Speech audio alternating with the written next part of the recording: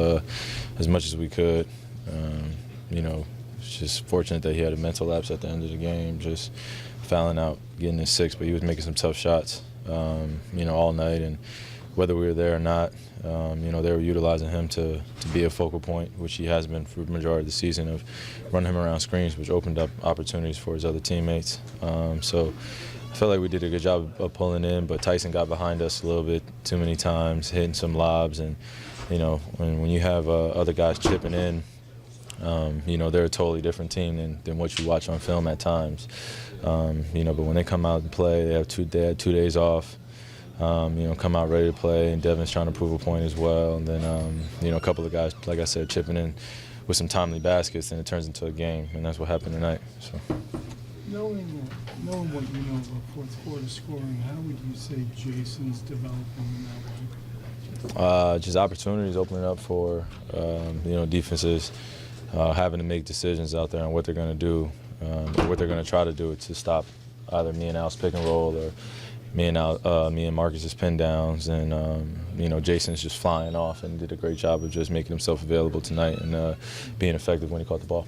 Some guys, when they're that young, don't see it that clearly. He just seems to see everything very clearly.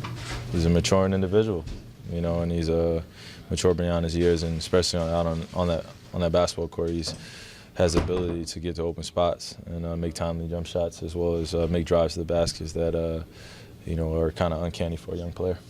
You don't have a lot of these early type games throughout the season, but for a player, what's the biggest adjustment when you have to kind of get it going 6-7 hours earlier than you normally do? It's waking up, waking your body up, you know, getting your mind just dialed into, you know, what you're about to go into. It's kind of hard to prepare when, you know, you have to really get a good night's sleep or time it the right way, just because so, you know, it's a little unusual time to have it at 1 p.m. But you know, it's those happen at times, and you just got to prepare as best you can. And when you get out there, I mean, does it take a minute to just kind of get your body into that mode of, we got a game to play right now? Yeah, but you don't ever want to use that as an excuse. I mean, it's inevitable.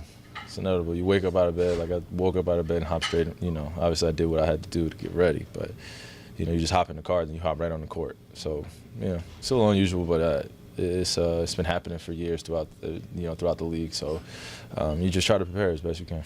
First team to 20 wins. Are you surprised at how quickly you guys are coming together?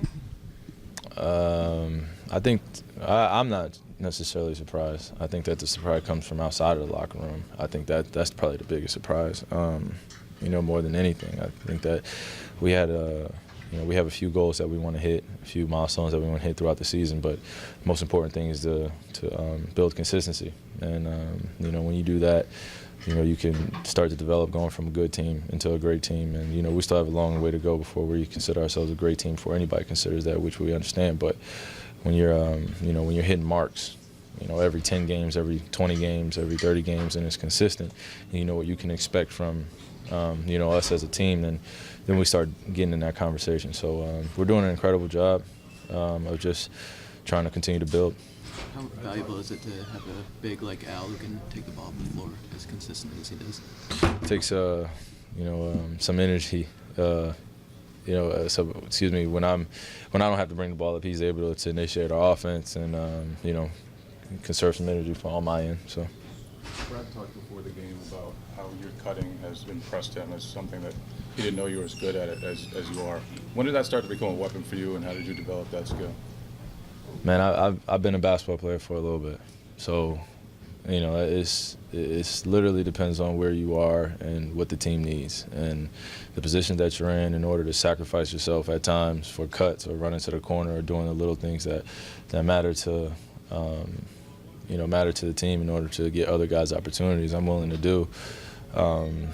You know, it's just being a basketball player, being able to adjust, and our offense is predicated on moving the basketball and cutting. So, you know, when I first came here, I was able to see some opportunities where I was able to kind of dive and guys would turn their heads, and I was able to sink in the defense and get other guys open shots. So, you know, it's a fun part of the game when you run and you sacrifice yourself, and it's not going to necessarily show up in the stat book, but that's fine. You know, as long as you get your teammate open shot. Kyrie, you were in a maybe similar position as Booker early in your career, where you were the focal point of the centerpiece of the team, and you were losing a lot. How do you get used to not losing and not get accustomed to that? And how do you kind of keep the franchise on your shoulders when it's tough every night?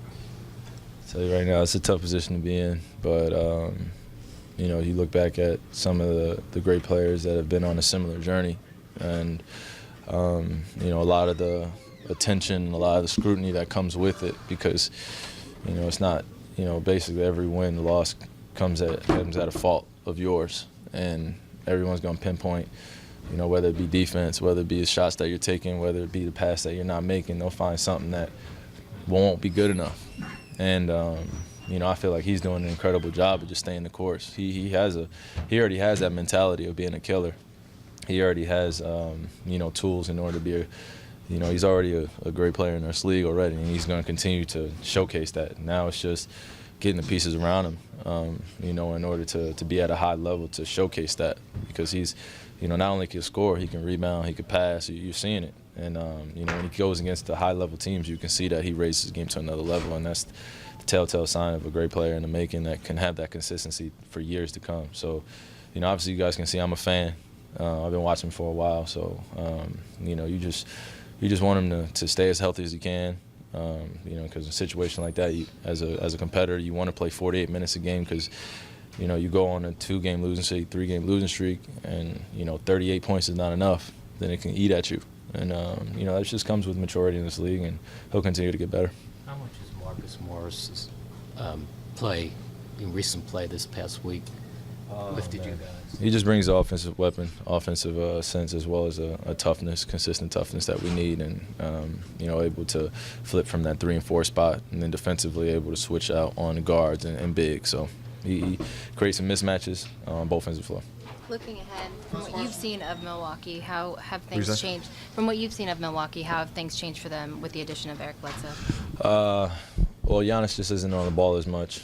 You know, they just become a team where they're able to switch out on the perimeter. They have an athletic one, you know, in Eric Bledsoe, and then as well as Malcolm Brogdon, where you could play both of them, and then Giannis could play the 4, and that creates sort of a mismatch. But I feel like we match up pretty well with them in that aspect.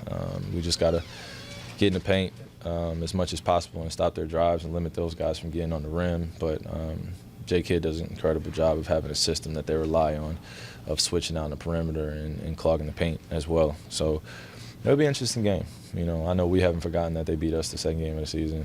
Came in there, you know, kicked our butts pretty good. So, you know, going against another Eastern Conference, you know, rival, high in their division, high in, you know, expectations, want to accomplish a lot, be nothing but short of fun.